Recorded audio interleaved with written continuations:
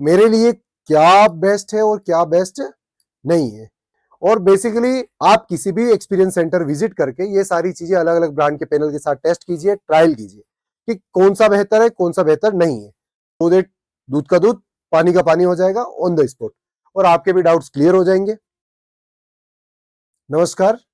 एक जनरल सा मुद्दा उठाते हैं आज हम, कि ज्यादातर डाउट्स रहता है कि हम डिजिटल बोर्ड खरीदते समय किन बातों का ध्यान रखें, या क्या चीजें हमें देखनी चाहिए डिजिटल बोर्ड में, क्या नहीं देखना चाहिए, क्या इंपॉर्टेंट है, क्या नहीं इंपॉर्टेंट है। तो उस पर डिस्कस करेंगे हम, सो देट कि आप क्लियर कर पाए जब कहीं डिजिटल बोर्ड देखने जाए तो कि किस तरह का हमें डिजिटल बोर्ड लेना चाहिए, मेरे लिए क्या बेस्ट है और क्या बेस्ट नहीं है। तो हम थोड़ा सा क्लेरिफाई करेंगे। अभी तक हम आसपास या जो भी टीचर से मिलने वाले हैं उनसे बात करते हैं तो वो अपना रिव्यू बताते हैं कि मैंने ये यूज किया, अच्छा चल रहा है, आप ये ले लीजिए। मैंने ये यूज नहीं किया, मुझे नहीं पता इसका कि कैसा है, मुझे नहीं पता, आपकी इच्छा हो वो ले लीजिए। ये मैंने कहीं किसी कोचिंग पर देखा है तो आप वो ले लीजिए, वो बेहतर है। या तो हम रिव्यूज देखते हैं या फिर हम यूट्यूब पे सर्च करते हैं। तो पहले हम देखते हैं कि अभी तक हम एक अच्छा डिजिटल बोर्ड जनरली मार्केट में किस तरह से चूज करा जाता है। पहले हम मार्केट का व्यू देखते हैं कि मार्केट में कैसे चूज करा जाता है। तो फर्स्ट हम मार्केट देखते हैं कि सामान्यतया लोग किस तरह से डिजिटल बोर्ड को चूज करते हैं। फर्स्ट मैं ले सकता हूं अपना रेफरेंस। जनरली आज दिन तक दुनिया में कोई भी ऑब्जेक्ट लाया जाता है इसी तरह से लाया जाता है, कोई भी प्रोडक्ट लाया जाता है इसी तरह के। पास वाले भैया स्प्लेंडर गाड़ी लाए, वो स्प्लेंडर गाड़ी अच्छी थी, अपने भी स्प्लेंडर लानी है भैया। क्लियर है। तो जनरली हम यही देखते हैं कि भाई हमें कैसे पता चलेगा कोई भी प्रोडक्ट अच्छा है। तो हम रेफरेंस, रेफरेंस इट मींस जो यूज कर रहा है उसके रिव्यू क्या है उस प्रोडक्ट के प्रति, वो उस प्रोडक्ट को कितना अच्छा या बुरा मानता है, गुड है या उसके लिए बेड है वो प्रोडक्ट। हम अपने पड़ोसी, अपने मित्र, अपने मिलने वाले के रिव्यूज पे वर्क करते हैं। सबसे इंपॉर्टेंट यही प्राथमिकता रही है अभी तक। सेकेंड थिंग, अगर हमारे पास रेफरेंस अवेलेबल नहीं है या फिर ट्रस्टेड रेफरेंस नहीं है तो मार्केट में हम जाते हैं फिर यूट्यूब की ओर, क्योंकि सोशल मीडिया का जमाना है। जिसका यूट्यूब पे प्रेजेंस अच्छा है वो देखते हैं। हम यूट्यूब की ओर क्यों जाते हैं, इसका एक रीजन है, ताकि हमें कस्टमर के रिव्यू देख पाए। क्या देख पाए? रिव्यू, कि कस्टमर ने उस कंपनी को यूट्यूब पर क्या रिव्यू देखे हैं, क्या प्रेजेंस है। दूसरा, हम उस कंपनी की वेबसाइट देखते हैं कि उसकी वेबसाइट कैसी है, वेबसाइट पे कैसे रिव्यूज मिले हैं, वेबसाइट का व्यू क्या है, उसका कैसा क्या फीडबैक है, ट्रस्टेबल है या नहीं है। या फिर चौथा जनरली देखा जाता है कि जिस कंपनी से मेरी डील चल रही है, जो बात चल रही है, उससे रिलेटेड कस्टमर कौन है। रिलेटेड कस्टमर, उनसे हम बात करके वेरीफाई करते हैं कि वो पैनल अच्छा है, बुरा है, किस तरह का है। फाइनली सबसे फिफ्थ पॉइंट आता है जो सबसे अच्छा माना जाता है कि खुद देख के ले। तो हम और आप कहीं विजिट करते हैं किसी एक्सपीरियंस सेंटर पर,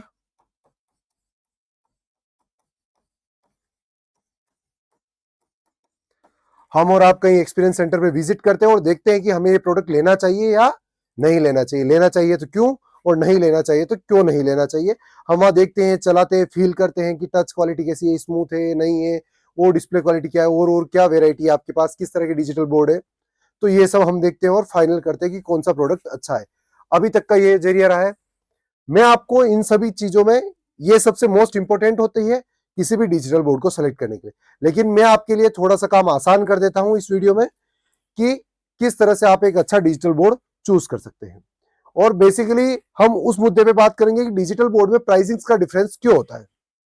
तो पहले मैं डिजिटल बोर्ड को 3 कैटेगरी या 4 कैटेगरी, चाहे जितनी कैटेगरी में बांट सकते हैं, क्योंकि मार्केट में अलग अलग कंपनीज है और अलग अलग सबके प्राइसिंग है। तो कैटेगरी का यहाँ पे कोई लिमिट नहीं होता है। तो मैं बेसिकली इसको ऐसे लेके चलता हूं। एक कोई पैनल है ए नेम का, या ए कैटेगरी के पैनल कह सकता हूं मैं इसको। ए कैटेगरी के जो पैनल है उनको मैं देखता हूं फर्स्ट, कि जिनमें डिस्प्ले रिजोल्यूशन अच्छा हो, डिस्प्ले क्वालिटी अच्छी हो।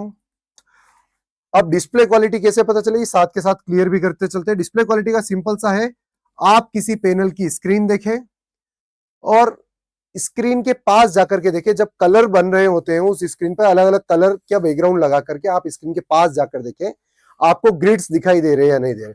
ग्रिड्स मीन्स ऐसी लाइनें बनती है स्क्वायर स्क्वायर सी, ये कितने विजिबल हो रहे हैं, ये अगर आसानी से विजिबल हो रहे हैं और बड़े बड़े दिख रहे हैं, मतलब डिस्प्ले क्या है, लो क्वालिटी की है, उसका पैसा कम है, उसकी मार्केट में वो वैल्यू नहीं है। क्लियर। अब अगर मैं यूं कहूं कि किसी ग्रिड्स नहीं दिख रहे, आप कहेंगे सर कई पैनल हमने देखे मैक्सिमम में ग्रिड्स नहीं दिखता, इट मींस अच्छी क्वालिटी है। सैमसंग में ग्रिड्स नहीं दिखता मींस अच्छी क्वालिटी है। बेंचमार्क में ग्रिड्स नहीं दिखते मतलब अच्छी क्वालिटी है। जिनमें ग्रिड्स जितने ज्यादा क्लियर है या जितने आसानी से बड़े बड़े दिख रहे हैं मतलब लो डिस्प्ले क्वालिटी है। इसके पीछे लॉजिक है, क्योंकि नंबर ऑफ एलईडीज यूज होती है पैनल की बैकलाइट के लिए, ब्राइटनेस के लिए नंबर ऑफ एलईडीज यूज होती है। अगर एलईडी दूर दूर लगाई गई है तो मुझे उन एलईडी की क्या बढ़ानी पड़ेगी, इंटेंसिटी, ताकि आगे की एलसीडी ग्लो करे। एलसीडी के पीछे क्या लगाती जाती है, एलईडी, ताकि वो एलसीडी ग्लो करे, डिस्प्ले क्लियरली सबको दिखाई दे। उसे बैक एलईडी कहते हैं। आप स्पेसिफिकेशन देखेंगे तो बैक एलईडी डी एलईडी या बैक लाइट डी एलईडी ऐसे करके लिखा हुआ होगा। ठीक है। अब अगर मैं इनकी संख्या बढ़ा दूं, लेट्स से कि मैंने नंबर ऑफ एलईडीज बढ़ा दी, तो मुझे इसकी इंटेंसिटी क्या करनी पड़ेगी, कम। तो उससे डिस्प्ले क्या हो जाएगी, मोर क्लियर हो जाएगी, मोर विजिबल हो जाएगी। तो ग्रिड्स भी आपका पहले बड़ा था, वो ग्रिड्स अब क्या हो गया, बिल्कुल छोटा छोटा ग्रिड्स हो गया। तो जितना कम ग्रिड्स होगा उतना डिस्प्ले अच्छी क्लियर दिखाई देगी, कलर कॉन्ट्रास्ट अच्छा होगा, सब कुछ अच्छा होगा आपका। तो आई होप डिस्प्ले का पार्ट आपका क्लियर हो गया होगा कि डिस्प्ले को हमें इस तरह से देखना है कि उसकी ग्रिड्स कितनी दिखाई दे रही है, first thing. Second thing, colour saturations, कि कलर कितना खिल करके आ रहा है। इसको मैं यूं कह सकता हूं, कलर कितना खिल के आ रहा है। कलर सेचुरेशन देखने का सबसे बढ़िया तरीका होता है रेड कलर को देखना। रेड और मरून कलर को आप लगा के देखिए, आप कलर सेचुरेशन एग्जैक्टली पता चल जाएगा। अगर मरून मरून दिख रहा है और रेड ब्लड रेड दिख रहा है, ब्लड रेड एग्जैक्टली रेड नहीं दिखना चाहिए, लाइट रेड, और या चेरी रेड नहीं दिखना चाहिए, और blood red exactly blood red जैसा दिख रहा है तो आप समझ जाइए स्क्रीन सबसे बेहतर है। और ब्लड रेड के कलर में वेरिएशन आ रहा है मतलब स्क्रीन में कहीं कहीं डिफेक्ट है, उतनी अच्छी नहीं है, उसका उतना वैल्यू नहीं है जितना प्राइस कोट किया जा रहा है। तो कलर सेचुरेशन आप देख सकते हैं डिस्प्ले के पार्ट में। ये तो हो गया डिस्प्ले का पार्ट। इसमें एक पार्ट और रह जाता है एंटी ग्लेयर। ये पार्ट उन टीचर्स के लिए जरूरी है जो ब्लैक बैकग्राउंड के साथ पढ़ाते हैं, जिनको ब्लैक बैकग्राउंड पे पढ़ाना पसंद है, जस्ट लाइक जो फिजिक्स वाला या फिर इस तरह के कोचिंग, खास करके साइंस सेगमेंट के जितने भी कोचिंग सेंटर्स हैं उनके टीचर्स ब्लैक बैकग्राउंड पर ही पढ़ाते हैं मोस्ट ऑफ द केस। तो उन टीचर्स को हमेशा ब्लैक बैकग्राउंड पे पढ़ाना अच्छा लगता है। अब डिस्प्ले का बैकग्राउंड कितना ब्लैक दिख रहा है ये भी आपके लिए जरूरी है। अगर डिस्प्ले का बैकग्राउंड ब्लैक कम दिख रहा है इसका मतलब उसमें एंटी ग्लेयर की प्रॉपर्टी कम है, और बैकग्राउंड ब्लैक ज्यादा दिख रहा है इसका मतलब उसमें एंटी ग्लेयर की प्रॉपर्टी अच्छी खासी है। 100% कोई भी चीज एंटी ग्लेयर नहीं हो सकती, अगर होगी तो मतलब कि कुछ न कुछ वो डिस्प्ले दिखेगी नहीं, या झूठ बोला जा रहा है आपसे 100% एंटी ग्लेयर के नाम पे। एंटी ग्लेयर का अगर मैं यूं कहूं तो सीन ये होता है, अगर आप लेमिनेशन की दुकान पे जाएंगे तो वो बताएंगे भैया मैं एंटी ग्लेयर वाला लेमिनेशन चढ़ा दूं क्या आपके लैपटॉप की स्क्रीन पे या मोबाइल पे। तो उसका मतलब होता है मोबाइल से जो निकलने वाली रेज है या स्क्रीन से जो निकलने वाली रेज है वो सीधी आपकी आंखों में नहीं आकर के थोड़ी बिखर जाएगी। बिखरने की वजह से क्या होगा, उसका ग्लो नहीं बनेगा और आंखों के लिए भी अच्छी रहेगी। ठीक है। और उस डिस्प्ले पर भी रिफ्लेक्शंस कम बनेंगे। जैसे कि पुराने मोबाइल आते थे उसको हम सामने रख के और बाल बना लेते थे मोबाइल की स्क्रीन ऑफ करके। आज के जो मोबाइल आते हैं उनमें आप आसानी से अपना चेहरा क्लियरली नहीं देख पाते, जबकि पुराने मोबाइल में देख लेते थे, क्योंकि पुराने मोबाइल एंटी ग्लेयर नहीं थे, आज के मोबाइल एंटी ग्लेयर है। और कई बार आपने देखा होगा टीचर जब पढ़ा रहे मैं खड़ा हूं तो मेरी शेडो जो है बोर्ड पे बन रही है, तो इट मीन्स इसकी एंटी ग्लेयर प्रॉपर्टी कम है। पहला रीजन शेडो बनने का कारण ये होता है। दूसरा रीजन शेडो बनने का कारण रूम की लाइट भी होती है, रूम लाइट सेटअप, और मोस्ट ऑफ रूम का कलर।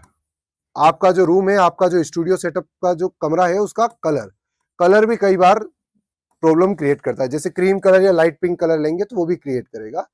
तो अपने को केवल डिजिटल बोर्ड लेते समय क्या देखना है, अगर आप स्टूडियो सेटअप के पर्पज से जा रहे हैं तो एंटी ग्लेयर प्रॉपर्टी चेक करनी है, कैसी है कैसी नहीं है। आजकल जनरली वैसे एक क्वालिटी और होती है आईपीएस डिस्प्ले, सभी पैनल्स में आती है। आप चाहे लेफ्ट से देखें राइट से देखें, अप डाउन 178 डिग्री सारी कंपनियां क्लेम करती है और सब में ये पाई जाती है। कोई बड़ा ऐसा कोई स्पेशल सच फीचर नहीं, सारी की सारी डिस्प्ले 4 की आती है। ये दोनों फीचर्स ऐसे कंसिडर करने की नीड नहीं है, ये सब में पाए जाते हैं। ये तो हो गया भैया डिस्प्ले का। एक डिस्प्ले में आप और देख सकते हैं स्मूथनेस। कई बार अगर आप अलग अलग पैनल्स के ब्रांड की सरफेस को फील करेंगे, उस पर लिखेंगे, तो उस पर आपको एक सॉफ्टनेस सा टच फील होता है। जैसे कि अगर आप एक्रिलिक ग्लास को टच करेंगे और एक हार्ड ग्लास को टच करेंगे, नॉर्मल सा ग्लास जो आता है उसको टच करेंगे, दोनों का फील अलग होगा। एक्रिलिक ग्लास हल्का सा सॉफ्टनेस देगा, या टफन ग्लास भी आपको हल्का सॉफ्टनेस फील करवाएगा, जबकि नॉर्मल ग्लास फील करेंगे तो उसका फील अलग होगा। तो जब आप लिखेंगे तो आपको ये स्मूथनेस का भी फील भी हो जाएगा कि स्क्रीन कितनी स्मूथनेस है, कितनी उस स्क्रीन को बनाने के पीछे मेहनत की गई है। बाकी एक फीचर्स और भी कंसिडर किया जाता है टफन ग्लास। कोई 8H कहते हैं या 8 महो भी कहते हैं, कोई 6H कहते हैं, कोई 4H कहते हैं। ये इतना कोई मोस्ट इंपोर्टेंट पार्ट नहीं है टफन ग्लास। टफन इसलिए दिया जाता है कि 100 की डिस्प्ले ट्रांसपोर्ट में या नॉर्मली कोई कुछ फेंक दे तो कुछ टूटे नहीं। ये उन लोगों के लिए इंपॉर्टेंट है, सच है कि मैं कह सकता हूँ जो बार वाले हैं, बियर बार में कोई बड़ी सी टीवी लगा रहा है इंटरेक्टिव फ्लैट पैनल के तौर पे, और किसी ने बोतल मार दिया, कुछ फेंक फाक दिया टीवी पे, तो वह ठीक है, बचने के थोड़े चांसेस बढ़ जाते हैं, टीवी फूटने के चांसेस कम होंगे। बाकी ऐसा कोई सच बिग डील नहीं है टफन ग्लास की।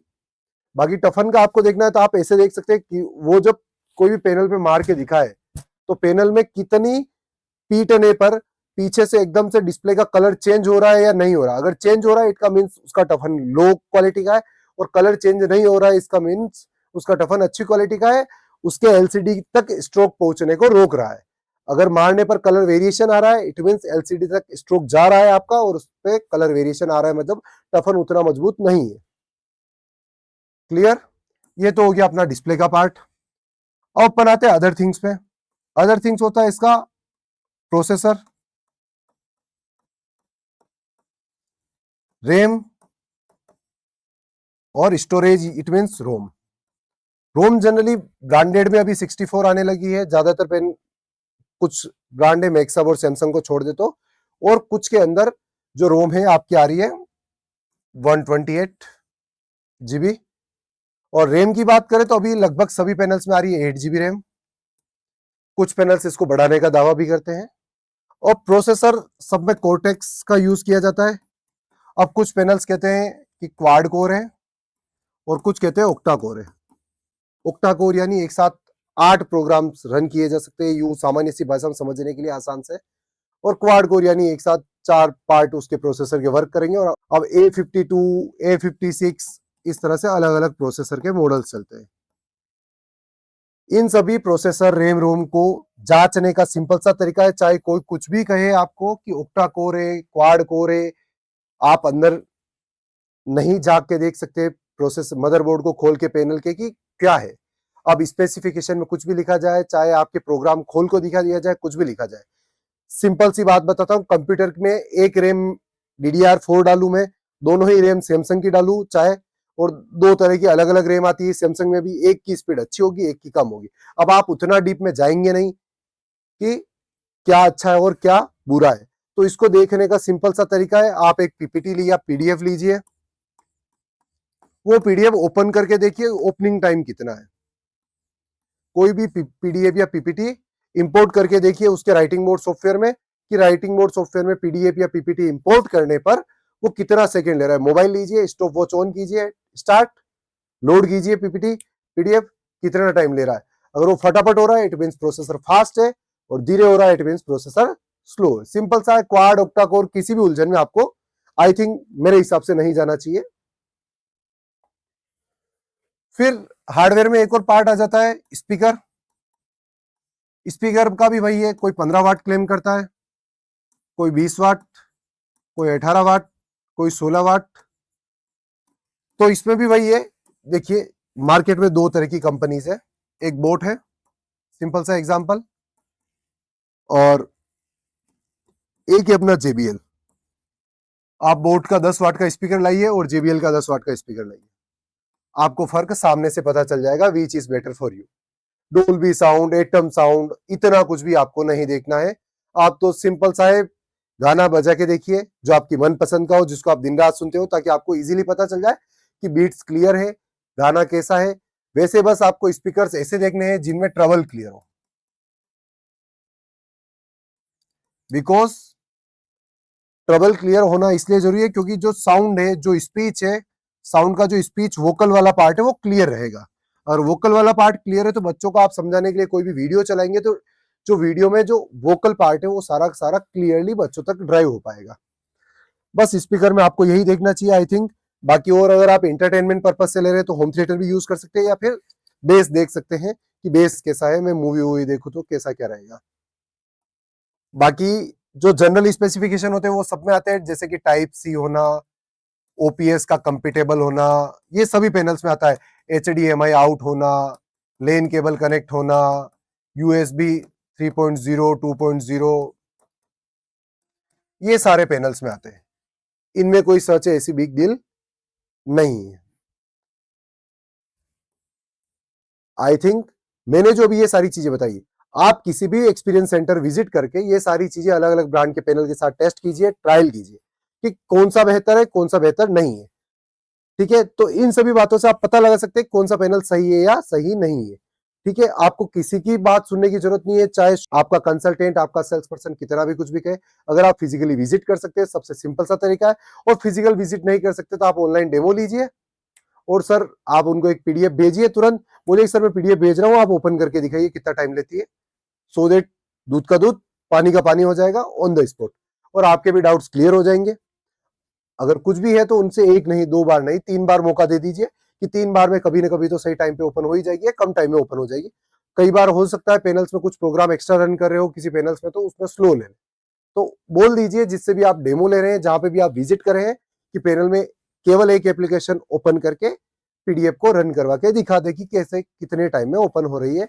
या फिर आप फिजिकली वहां जाके डिस्प्ले को देख सकते हैं कितने पिक्सेलेट हो रही है, पिक्सेलेट नहीं हो रही, इट मीन रिजोल्यूशन कैसा है, उसकी पावर कैसी है, किस तरह का है।